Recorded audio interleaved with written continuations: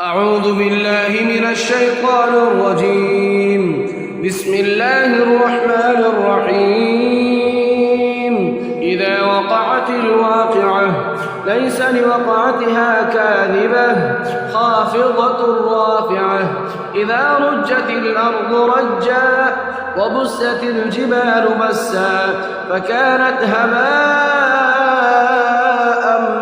منبثا وكنتم أزواجا ثلاثة فأصحاب الميمنة ما أصحاب الميمنة وأصحاب المشأمة ما أصحاب المشأمة والسابقون السابقون أولئك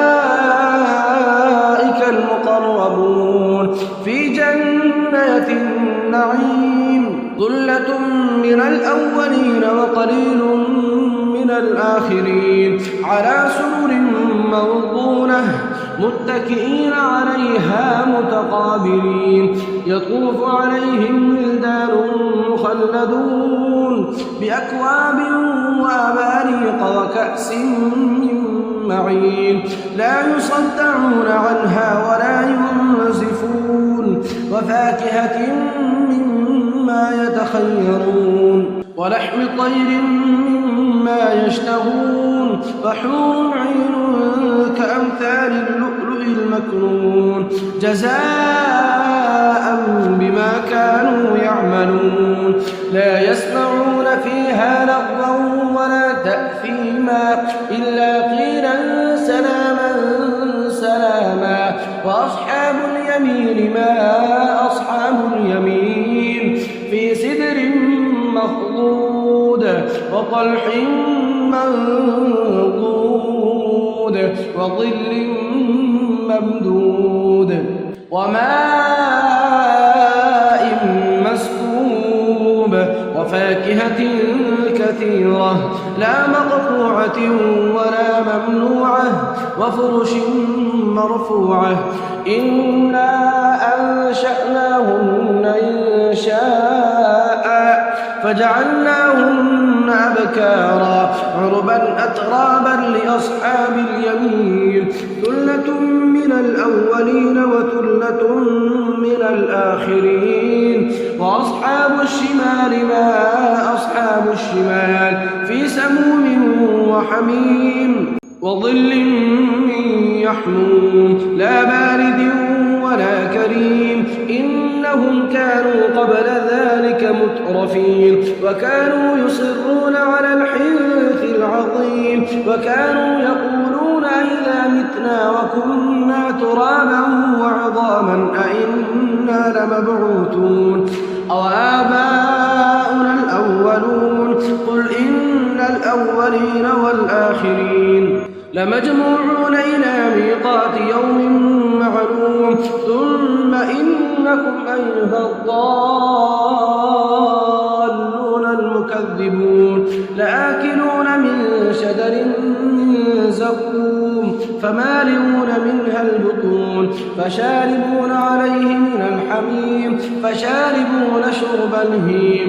هذا نزلهم يوم الدين نحن خلقناكم فلولا تصدقون.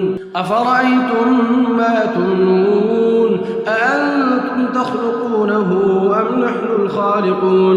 نحن قدرنا بينكم الموت وما نحن بمسبوقين على أن نبدل أمثالكم وننشئكم فيما لا تعلمون.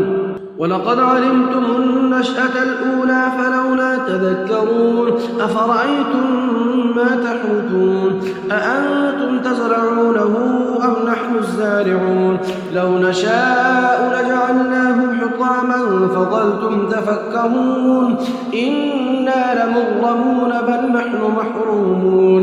أفرأيتم الماء الذي تشربون أأنتم أنزلتموه من المزن أم نحن المنزلون. لو نشاء جعلناه أجاجا فلولا تشكرون. أفرأيتم النار التي تورون أأنتم أنشأتم شجرتها أم نحن المنشئون.